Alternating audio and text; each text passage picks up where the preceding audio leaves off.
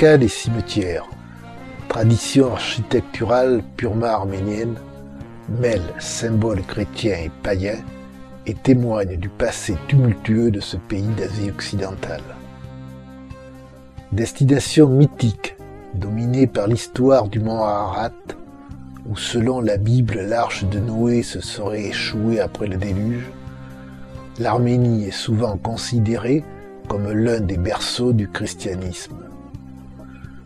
Nous vous proposons de partir à la découverte du riche passé religieux arménien et de l'hospitalité légendaire de la population.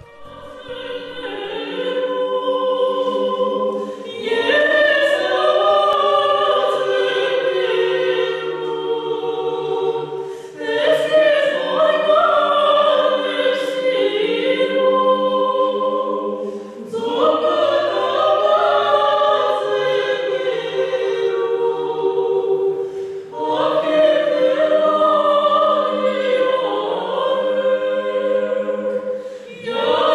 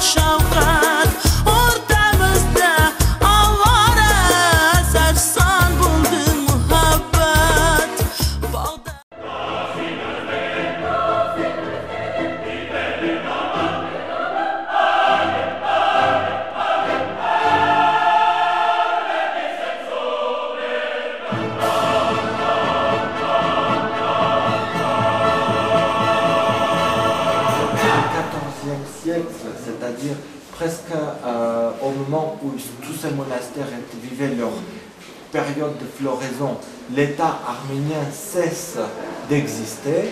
Ces monastères remplacent, si vous voulez, les principautés. Ces monastères remplacent l'État et assument le rôle du défenseur du peuple, mais aussi assument le rôle du conservateur de l'identité nationale. À l'époque, le professeur n'avait pas le droit de s'asseoir en donnant son cours. Le professeur devait marcher, faire les 100 pas, il allait, venait pour donner son cours.